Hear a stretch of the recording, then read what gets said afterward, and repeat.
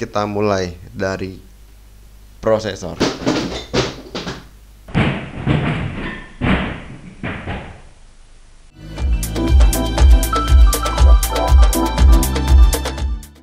Oke, balik lagi sama gua Idam Juanda di channel Idam Juanda. Kali ini gua mau review komputer, review rakit PC seharga kurang lebih 7,5 juta.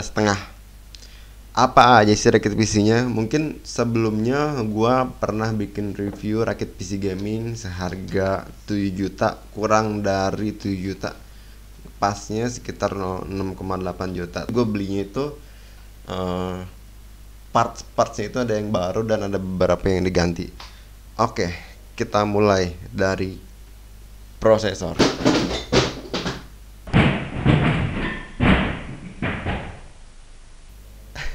Ulangi. Kita mulai dari prosesor. Oke. Prosesor yang gue pakai adalah Athlon X4880 4 GHz. Itu kalau normal clock hertznya 4 GHz. Ini keluarganya Godaferi. Masih sama kayak A10 gue yang 7860 dari keluarga Godaferi juga. Oke. Ini prosesor ini gua beli seharga 1.210.000 rupiah.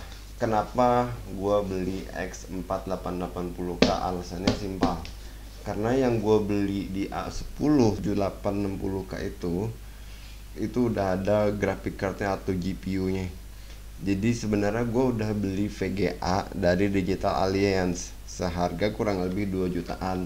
Dan ini gue jual, dan barang itu gue jual, gue ganti dengan AMD Athlon X4. Tapi gigahertznya lebih tinggi. Kalau yang 7860K itu gigahertznya 3,7 GHz dengan overclock 3,9 GHz. Kalau yang ini AMD atau X4880K ini 4 GHz dengan overclocknya 4,2 GHz. Oke, berikutnya gua pakai heatsink dari Ryzen Tech, Eidos Ryzen Tech. Oke, heatsink ini sengaja gua beli karena gua nggak mau kipas atau heatsink bawaan dari prosesor langsung. Karena kenapa? Performanya itu motornya kurang kenceng, jadi kurang dingin. Misalnya yang bawaan itu biasanya temperaturnya bisa mencapai 30 sampai 40 derajat. Kalau misalkan gue pakai di luar bawaan ini seharga 300.000 ya.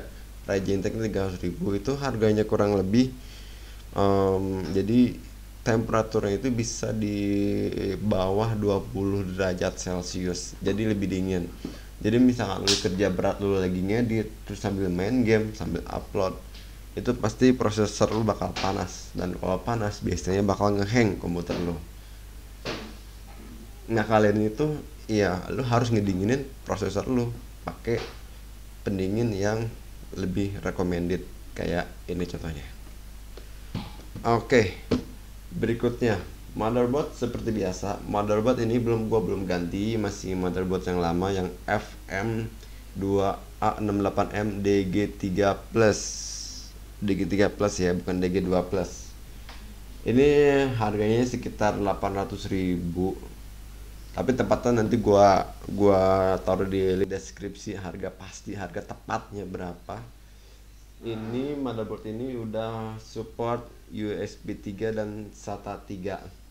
Jadi menurut gue bagus lah ini motherboard, recommended sih. Karena ASRock sendiri emang sering dipakai buat review PC gaming, racik-racikan orang di YouTube gitu. Jadi gue beli ini juga nggak asal beli gitu. Nggak kayak misalkan gue merek lain gitu yang harganya di bawah 800.000 tapi ternyata nggak bagus dia ke prosesornya. Oke, berikutnya. Nah, ini salah satu alasan kenapa gue mengganti prosesor gue dari A10 7860 ke prosesor gue yang Athlon X4 880K. Ini prosesornya RX 460.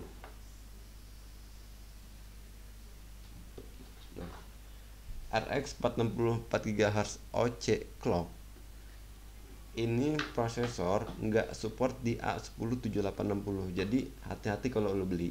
Misalkan lo beli prosesor A10 nih, entah 7860, 7850, 7870, 7880, 7890 yang udah nyampe 4,3 Hz.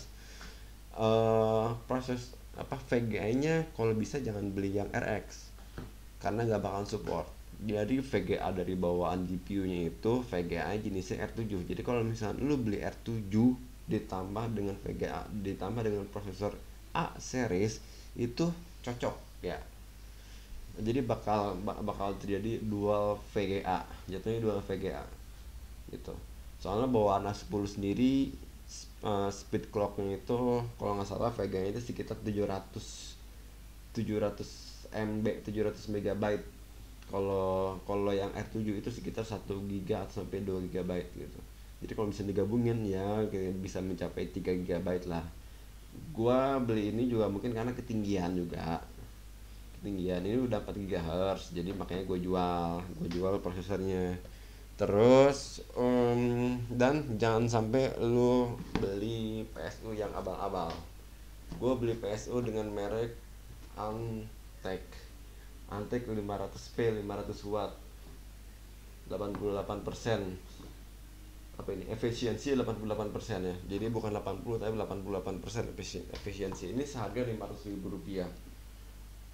Kalau gua beli PSU bawaan CPU itu nggak bagus. Alasannya karena bawaan CPU biasanya wattnya itu kurang tinggi. Misalkan lo bakal tambah aksesoris, misalkan tambah kipas lagi di dalamnya. Ini heatsink baru, terus tambah kipas lagi di dalamnya yang wattnya lebih tinggi, putarannya lebih tinggi, atau lu ganti VGA atau tambah aksesoris kayak lampu segala macam. Takutnya nih kalau misalkan bawaan casing yang lo beli itu nggak bakalan bisa jalan, nggak kuat listrik lo. Casingnya sendiri gue masih pakai casing yang lama. Ini casingnya dari Cube Gaming warna putih ya. Nanti gue tunjukin Cube Gamingnya kayak gimana. Tapi itu casing itu menurut gua elegan, keren. Karena warnanya putih. Karena gue suka juga sih. Soalnya dia ada USB 3 di atas, jadi hampir semua device gua, memory card, entah card reader, hard disk, flash disk itu pakai USB 3. Karena gue sendiri adalah orang multimedia, orang foto, orang video yang bergerak di bidang wedding. Gue butuh transfer data itu lebih dari 20 Mbps.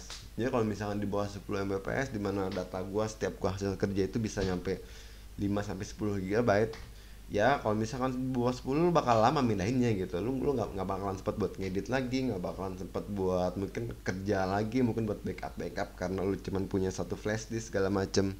Jadi USB 3.0 is must kalau kata gua. Oke. Jadi harganya ini masih belum pasti ya.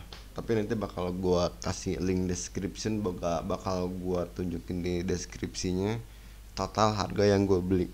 Itu sekitar 6.500.000-an. Jadi harganya itu di bawah harga sebelumnya. Jadi lebih murah dibanding gua harus beli A10. Oke, gitu aja video dari gua rakit PC-nya. Kalau lu suka dengan video gua, lu bisa klik like dan bisa share video gua, dan jangan lupa subscribe di channel gua. Gua Idam Juanda dan bye bye.